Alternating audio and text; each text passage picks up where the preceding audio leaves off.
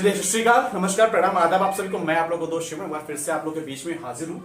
आज मैं आप लोग के बीच में हाजिर हूँ सीबीएसई बोर्ड के क्लास 12 का एक यूनिट 9 का चैप्टर है साइकोलॉजी एंड स्पोर्ट्स। तो उसके एक टॉपिक है मोटिवेशन। इसके पहले के टॉपिक को मैंने डिस्कस कर दिया है। आपको नीचे लिंक में डिस्क्रिप्शन बॉक्स में आपको लिंक मिल जाएगा, वहां से जाके उसको देख सकते हैं। ठीक है, बाकी मोटिवेशन पे चर्चा करेंगे। तो सबसे पहले हम जानते हैं कि मोटिवेशन क्या होता है। मोटिवेशन, देखिए, मोटिवेशन एक ऐसा प्रोसेस है, या आप ये कह सकते हैं कि मोटिवेशन एक ऐसी युक्ति है जिसके माध्यम से हम किसी भी कार्य को करने के लिए क्या करते हैं, तत्पर हो पाते हैं, तैयार हो पाते हैं। जैसे सपोज एग्जांपल के लिए आप सभी 12th में हो, 12th में स्टडी के लिए आते हो, तो आपको स्टडी करने का एक रीजन होगा, एक मोटिव होगा, कुछ ना कुछ होगा जिसके लिए आप स्टडी करने आते हो। फॉर एग्जांपल, आप स्टडी कर रहे हो, उससे आपको क्या मिलेगी, नॉलेज मिलेगी। नॉलेज से आपको क्या होगा, नॉलेज से आपको आगे जब फर्दर स्टडीज के लिए आप जाओगे तो ये नॉलेज जो आपने ये ली है, ये आपका बेस है, और आप इसके बेस के आधार पर आप आगे की स्टडीज, अपनी हायर स्टडीज कर पाओगे।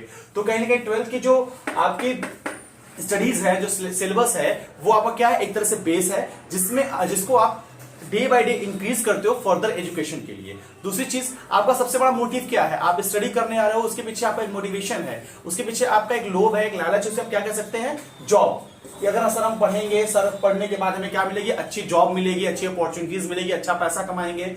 सारी चीजें क्या है, ये सब हमें क्या करते हैं, मोटिवेट करते हैं, इंटरनली मोटिवेट करते हैं पढ़ने के लिए। तो इस शॉर्टकट में आप समझिए कि वो ऐसी कोई भी क्रिया जिसके माध्यम से आपको कार्य करने के लिए खुद से आंतरिक प्रेरणा मिलती हो, वो क्या कहलाती है, मोटिवेशन, या फिर आप उसे क्या कह सकते हैं, प्रेरणा। मोटिवेशन या प्रेरणा दोनों एक ही चीज है। ठीक है, प्रेरणा ही हो गया। अब देखते हैं types of motivation. Types of motivation क्या होता है, टाइप मतलब मोटिवेशन के कितने प्रकार होते हैं। देखिए, पहला क्या होता है, इंटरनल और इंट्रिंसिक मोटिवेशन। देखिए, ठीक है, इसमें सबसे पहला आता है गोल सेटिंग। सबसे पहले गोल सेटिंग। गोल सेटिंग क्या होता है, एक बात समझने की कोशिश करिएगा आप सभी लोग, कि क्या विदाउट गोल, विदाउट एम हम किसी भी चीज को कर सकते हैं? नहीं कर सकते हैं। अगर आपको बोला जाए रैंडमली कि जाओ रोड पे 5-6 किलोमीटर टहल के आओ, टहलने जाएंगे आप? नहीं जाएंगे। क्यों? क्योंकि आपको एक बात पता है कि कोई मतलब नहीं उसका। एक होता है ना, चलो जॉगिंग करने जा रहे हैं, जॉगिंग करने जाते हैं आप, तो उसके पीछे आपका इंटेंशन होता है कि बॉडी फिट होगी। बट रैंडमली आपको बिना किसी काम के घूमने जाना हो तो आप जाएंगे? नहीं जाएंगे। लेकिन आपको एक कहा जाए कि आज शाम को आज से आपको डेली 2 घंटे वर्कआउट करना है, 2 घंटे वर्कआउट करना है, तो 2 घंटे वर्कआउट करने के पीछे आपका गोल कुछ होगा ना। 2 घंटे वर्कआउट करने के पीछे आपका गोल होगा, मान लीजिए आप ओबेसिटी के शिकार हैं, आप में मोटापा बहुत ज्यादा है, या हो सकता है आप सिक्स पैक बनाना चाहते हैं, या हो सकता है आप एक अच्छी बॉडी बनाना चाहते हैं, अच्छी फिटनेस बनाना चाहते हैं। तो इन सारी चीजों के लिए आप क्या करते हैं, अपना गोल सेट करते हैं। गोल सेट करके आप उसके पीछे अपना कार्य करना स्टार्ट होते हैं। इन शॉर्ट कहने का मतलब कि किसी भी कार्य को करने के लिए हमारे पास एक गोल का होना बहुत जरूरी होता है। ठीक है। सेकंड है सेल्फ अप्रेजल। देखिए, सेल्फ अप्रेजल में समझिए कि इसमें क्या होता है कि आपको कोई दूसरा नहीं बताता है। ठीक है, आपको इसके बारे में कोई दूसरा नहीं बताता है।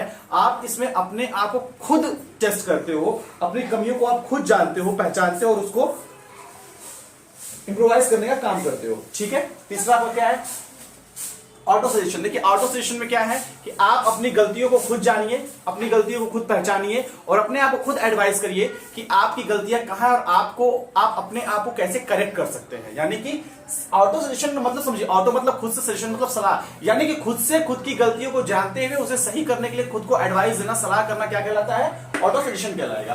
Positive attitude. पॉजिटिव एटीट्यूड से क्या मतलब है, पॉजिटिव एटीट्यूड से सिंपल सा मतलब आप समझने की कोशिश करिए कि आपके अंदर सकारात्मकता, यानी किसी भी चीज को करने के लिए पॉजिटिविटी का एक्सेस होना चाहिए, पॉजिटिविटी एक्सेस होना चाहिए। आपके अंदर किसी भी चीज के लिए नेगेटिविटी नहीं आनी चाहिए कि नहीं।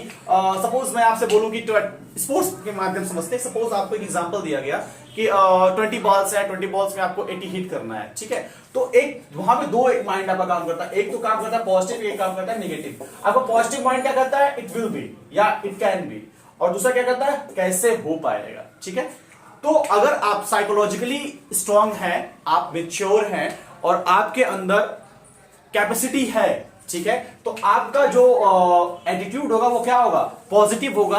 आप किसी भी चीज को करने के लिए पीछे नहीं हटेंगे। आप ये नहीं कहेंगे, या आप ये नहीं कह सकते कि ये मुझसे होगा ही नहीं। आप वहां बहुत करते हो, ये कह सकते हो, सर आई कैन ट्राई या आई विल ट्राई।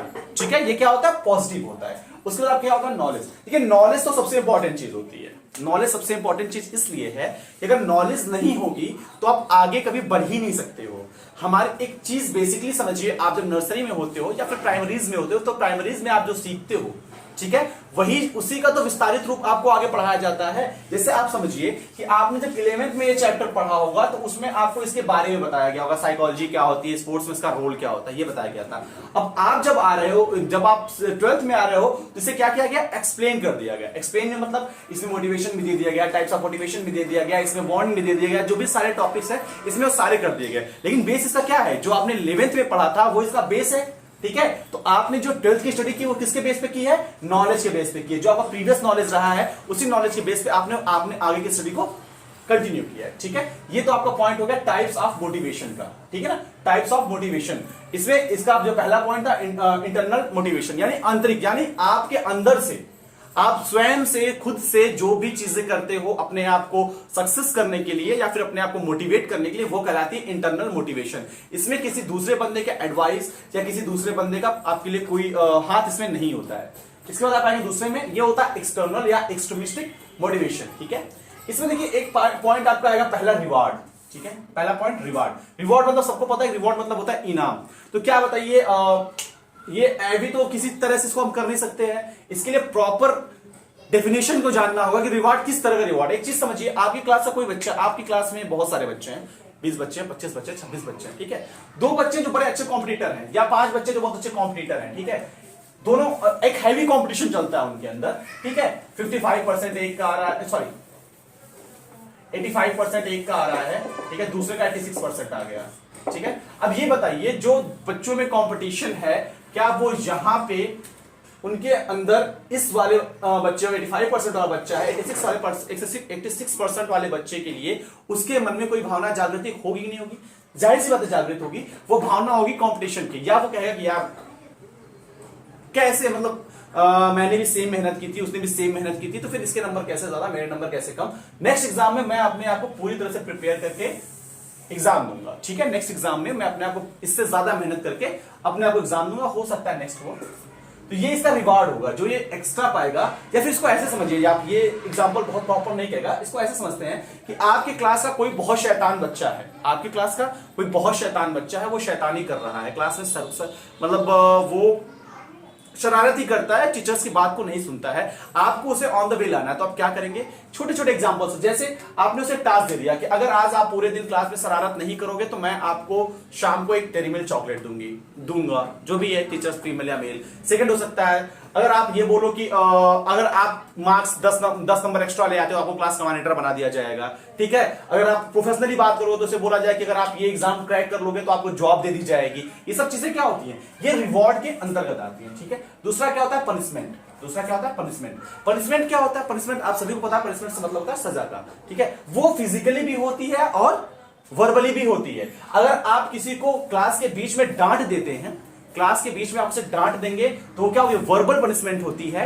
अगर बच्चा मेच्योर, 12th में पढ़ने वाला बच्चा, आप सभी जो 12th में पढ़ने वाले हो, आप सभी मेच्योर हो, आपको अगर क्लास के बीच में खड़ा करके डांटा जाए तो वो कहीं ना कहीं आपको हर्ट करेगा ना, तो वो क्या होगा, पनिशमेंट। लेकिन ये कौन सी पनिशमेंट होगी, ये होगी इमोशनल पनिशमेंट, या फिर आप कह सकते हैं वर्बल पनिशमेंट। लेकिन अगर क्लास में वहीं आपकी गलती के बाद आपको खड़ा कर दिया जाए, खड़ा करके मारा पीटा जाए, तो वो क्या हो जाएगी, फिजिकल पनिशमेंट हो जाएगी। दोनों फर्क समझिएगा, वर्बल पनिशमेंट और फिजिकल पनिशमेंट में यही फर्क होता है कि पनिशमेंट से क्या होगा, अब पनिशमेंट से या तो आपके अंदर डर हो जाएगा कि दोबारा अगर ये काम किया तो इसके बदले में मुझे ये सजा मिलेगी, ये पनिशमेंट मिलेगी, या मार पड़ेगी, डांट पड़ेगी, उसके डर से बच्चा नहीं करेगा। या फिर बच्चे को आपने डांट दिया है तो उसमें अपने बच्चे को इमेज खराब होने का, इज्जत जाने का, ये चीज जो बड़ी कॉमनली इस टीन एज में होता है। स्टैनले हॉल ने कहा है कि यह काल क्या होती है, किशोरावस्था को कहा गया है कि किशोरावस्था जो होती है वो तूफान काल की अवस्था है। तो आप संयमित नहीं, इस एज में बच्चे क्या होते हैं, संयमित नहीं है, तो पनिशमेंट का उनके ऊपर कभी कभी निगेटिव असर भी पड़ता है, कभी कभी पॉजिटिव असर भी पड़ता है, ठीक है। तीसरा बताएंगे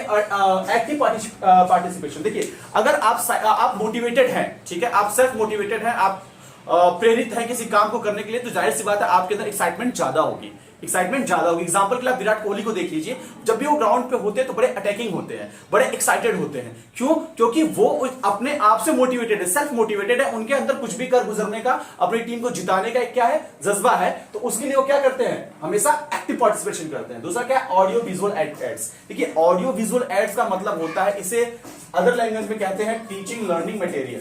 क्या कहते हैं, teaching learning material. Teaching learning materials मतलब कि वह वस्तु जिसके माध्यम से कक्षा में पठन या पाठन का कार्यक्रम कराया जाता है। जैसे अभी मैं बोर्ड का यूज कर रहा हूं और मार्कर का यूज कर रहा हूं, तो ये आपके लिए क्या है, ये आपके लिए विजुअल ऐड है, ये आपके लिए विजुअल ऐड है। और मैं बोल रहा हूं तो ये क्या है, ये आपके लिए ऑडियो ऐड है, तो ये क्या हो गया, ऑडियो विजुअल ऐड हो गया। एक तरह से प्रॉपर नहीं है, प्रॉपर अगर आप बात करेंगे तो कंप्यूटर हो गया आपका, क्या है कंप्यूटर आपका ऑडियो विजुअल ऐड है, टीवी क्या है आपको ऑडियो विजुअल ऐड है, रेडियो क्या है वो सिर्फ ऑडियो ऐड है। ये सब चीजें क्या होती है, आपकी एड्स होती है जो टीचिंग को इजी बनाती है। टीचिंग मतलब अब आपको बोर्ड के माध्यम से समझाया जा रहा है, ठीक है, आप बोर्ड के माध्यम से चीजों को समझने की कोशिश कर रहे हैं, यहाँ चीजें लिखी हुई है मैं उस पर इंडिकेट कर रहा हूं, मार्कर चला रहा हूं, तो चीजें आपका जो माइंड है वहां कंसंट्रेट हो रहा है, तो वो क्या है, ऑडियो विजुअल एड क्या कर रहा है, मुझे सहायता प्रदान कर रहा है आपको पढ़ाने में और आपको सहायता प्रदान कर रहा है पढ़ने में, ठीक है। अब आप जो चीजें इस समय पढ़ेंगे वो थोड़ी देर के लिए, थोड़े टाइम के लिए क्या रहेंगी, आपके माइंड में रहेंगी, लंबे रहेंगी। तो इसलिए कि ऑडियो वीडियो जो ऑडियो विजुअल ऐड होता है इसको मैंडेटरी किया जाता है। दूसरा क्या है, टेस्ट इवोल्यूशन एंड कॉम्पिटिशन। देखिए किसी भी जगह पे आप जाएंगे, किसी भी जगह पे आप जाते हैं, कोई भी आप काम करते हैं, आप स्टडी कर रहे हैं, आप स्पोर्ट्स कर रहे हैं, आप घूम रहे हैं, आप फिर रहे हैं, आप लोगों से बात कर रहे हैं, आप लीडरशिप कर रहे हैं, कुछ भी कर रहे हैं, तो उसमें सबसे इंपॉर्टेंट क्या होता है, टेस्ट क्यों इंपॉर्टेंट होता है, टेस्ट इसलिए इंपॉर्टेंट होता है कि ये आपके अचीवमेंट्स को बताता है कि आपने जितनी मेहनत की है वो मेहनत एक्चुअली सही रास्ते पे है या गलत रास्ते पे है। आपका टेस्ट होता है तो आपको आपकी लिमिट्स, आपके अचीवमेंट्स सब कुछ क्लियरली पता हो जाते हैं, ठीक है। तो मोटिवेशन क्या करता है आपको, जो मोटिवेशन, ये जो एक्सटर्नल मोटिवेशन है, अब आपको आपकी कमियां जब पता हो गई तो आप उसको इंप्रोवाइज करेंगे ही ना, अपनी कमियों को आप इंप्रोवाइज करेंगे। अब उसे इंप्रूव करने के लिए आप अपनी अलग की टेक्निक यूज कर सकते हैं, आपके कोचेस की टेक्निक यूज कर सकते हैं, आपके जो सीनियर्स हैं वो आपको गाइड कर सकते हैं, उनके थ्रू आप उनकी हेल्प लेके क्या कर सकते हैं, अपनी टेक्निक्स को इंप्रूव कर सकते हैं। तो ये क्या हुआ, एक्सटर्नल पार्ट का हुआ। इसके बाद आपका आता है टीचिंग मेथड। देखिए टीचिंग मेथड जो है वो सबसे इंपॉर्टेंट किसके लिए होता है, teaching method is always important for the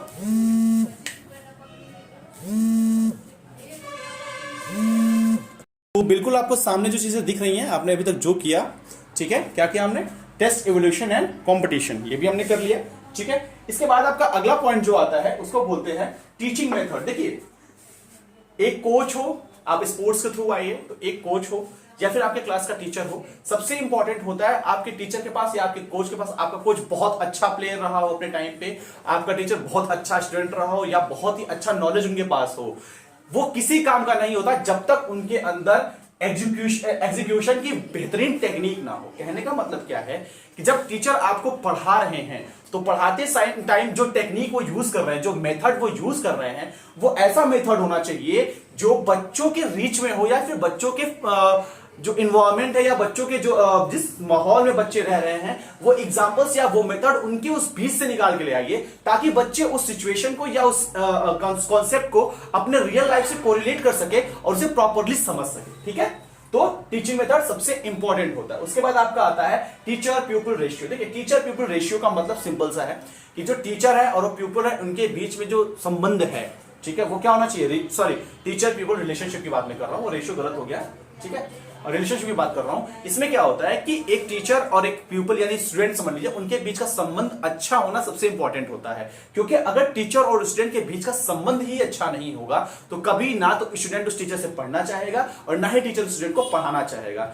अगर आप स्पोर्ट्स में लेके आएंगे तो टीचर जो कोचेस होते हैं जो आपको स्पोर्ट्स के ट्रेन करते हैं, जो ट्रेनिंग देते हैं, उनके और आपकी age a player, age a learner, आपकी जो वो रिलेशन होना चाहिए वो बहुत ही हम्बल और बहुत ही अच्छा होना चाहिए, जिससे कि टीचर आपको 100% दे सके और आप 100% अपना वहां प्रोवाइड कर सके। उसके बाद आपकी एक पॉइंट आता है इक्विपमेंट एंड सराउंडिंग्स। देखिए मॉडर्न एरा चल रहा है, मॉडर्न इक्विपमेंट्स आ रहे हैं, मॉडर्न ऐसे किट्स हैं जो अवेलेबल है मार्केट में, उनकी हेल्प से गेम्स को या फिर स्टडीज को बहुत ही ज्यादा इजी किया जा सकता है और उन्हें ऐसा किया जा सकता है कि वो लॉन्ग टर्म तक याद रहे, ठीक है। तो इसलिए मॉडर्न इक्विपमेंट्स का उपयोग होना सबसे इंपॉर्टेंट होता है। और दूसरी चीज आपकी सराउंडिंग होती है। सराउंडिंग मतलब इन्वायरमेंट, कि आपके आसपास का जो इन्वायरमेंट होता है वो कैसा है। अगर वो पॉजिटिव है तो आपके अंदर पॉजिटिविटी आएगी, अगर वो निगेटिव है तो आपके अंदर निगेटिविटी आएगी। तो ये छोटा सा पॉइंट था जो मैंने डिस्कस कर दिया। इसकी बाद मोटिवेशन जो टेक्निक्स हैं वो जस्ट आफ्टर इसके आएंगी। आप सभी लोग बने रहिएगा, कंटिन्यू यूट्यूब मेरे चैनल को चेक करते रहिएगा, पूरा का पूरा सिलेबस आपको यहां पे प्रोवाइड किया जाएगा। एंड लास्ट में अगर वीडियो अच्छा लगा हो तो चैनल को लाइक, सब्सक्राइब और शेयर करना बिल्कुल ना भूलें। Thank you.